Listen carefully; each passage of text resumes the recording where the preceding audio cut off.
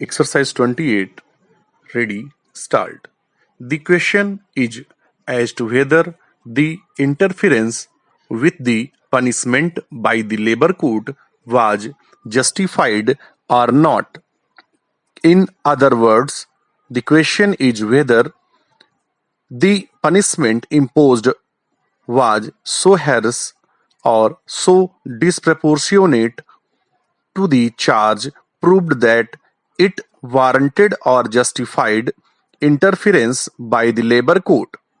Here, it had been clearly found that the employee during work had hit his superior officer with a tension screw on his back and on his nose, leaving him with a bleeding and broken nose. It has also been found that this incident was followed by the unauthorized absence of the employee. It is in the context of these charges found established that the punishment of termination was imposed on the employee.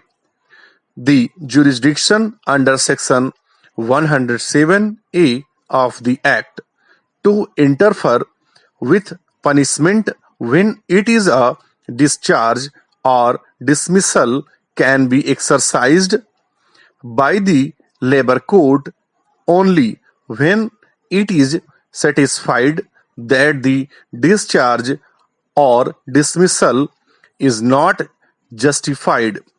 Similarly, the High Court gets jurisdiction to interfere with the punishment in exercise of its jurisdiction under Article 226 of the Constitution of India only when it finds that the punishment imposed is shockingly disproportionate to the charge proved.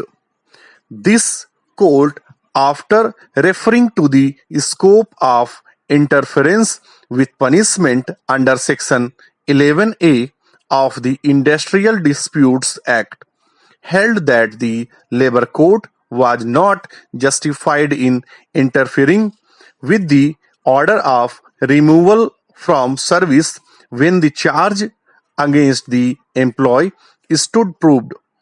It was also held that the jurisdiction vested with the labor court to interference with punishment was not to be exercised capriciously and arbitrarily.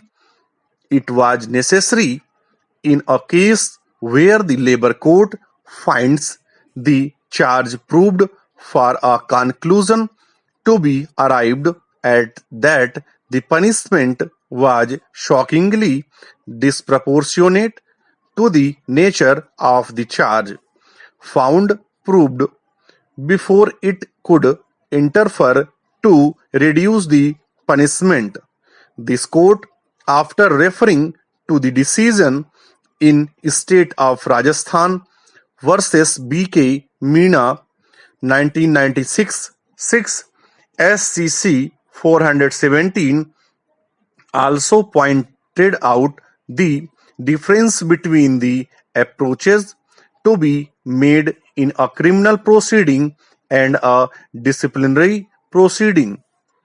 This court also pointed out that when charges proved were grave vis-a-vis the establishment, interference with punishment of dismissal could not be justified. This court again reiterated that the jurisdiction to interfere with the punishment should be exercised only when the punishment is shockingly disproportionate and that each case had to be decided on its fact. This court also indicated that the labor court or the industrial tribunal, in terms of the provisions of the Act, had to act within the four corners thereof. It could not sit in appeal over the decision of the employer unless there existed a statutory provision in that behalf. The tribunal or the labor court could not interfere with the quantum of punishment based on irrational or extraneous factors, and certainly not on what it considers a compassionate ground. It is not necessary to multiply authorities on this question since the matter has been dealt with in detail in a recent decision of this court. Stop.